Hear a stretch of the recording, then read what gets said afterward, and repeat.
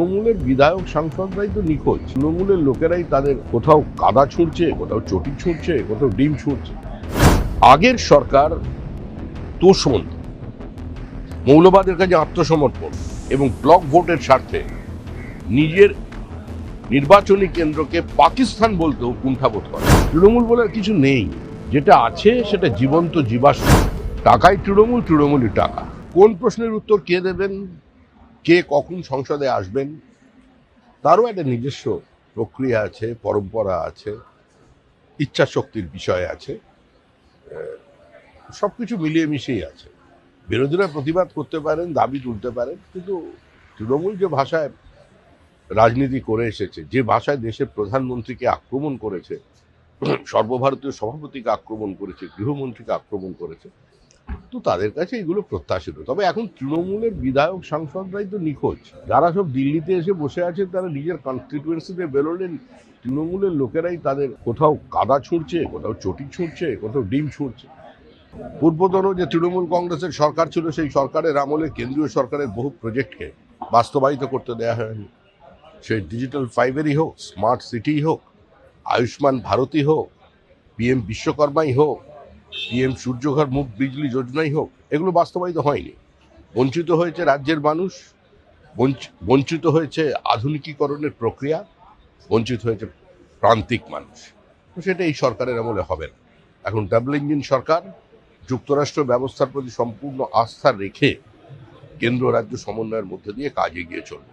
আমরা 80-র দশক থেকে বলে আসছি যে পশ্চিমবঙ্গে একটা সাইলেন্ট ডেমোগ্রাফিক ইনভেশন চলেছে। একটা ধর্মান্ধ মৌলবাদী ইসলামী ফ্যাসিজম সেটা গ্রাস করতে চাইছে ভারতবর্ষ।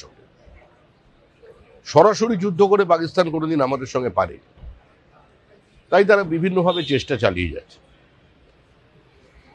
আগের সরকার তোষণ, মৌলবাদের কাছে আত্মসমর্পণ এবং ব্লক ভোটের স্বার্থে নিজের নির্বাচনী কেন্দ্রকে পাকিস্তান বলতেও কুণ্ঠাবোধ করে।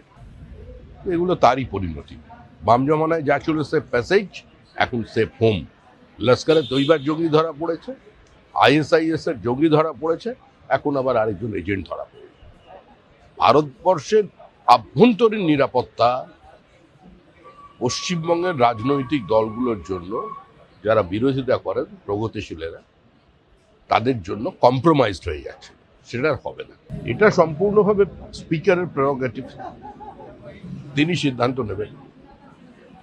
আমি বিপরীত অবস্থানে থাকা একজন রাজনৈতিক দলের কর্মী হিসেবে এটাই বলতে পারি, তৃণমূল কংগ্রেস নির্মূল হয়ে গেছে। তৃণমূল বলে আর কিছু নেই, যেটা আছে সেটা জীবন্ত জীবাশ্ম। লড়াই যেটা চলছে, সেই লড়াইটা হচ্ছে ওই 1 ডজনের বেশি অ্যাকাউন্টে কয়েক হাজার কোটি টাকা পড়ে আছে, তার দখলদারির লড়াই। কে তার দখল নেই? টাকাই তৃণমূল, তৃণমূলই টাকা। এখন কারো সদস্যপদ বাতিল হওয়া, কারো প্রতীক থেকে যাওয়া, কে নেতা হবে, এগুলো মানুষের কাছে অপ্রাসঙ্গিক। সংগঠনের বিষয় আজকে নাড্ডাজির সঙ্গে দেখা হয়, এই মূলতই দেখা পশ্চিমবঙ্গে যাতে আরেকটি এইমস তাড়াতাড়ি হয়, তা সেই কারণে।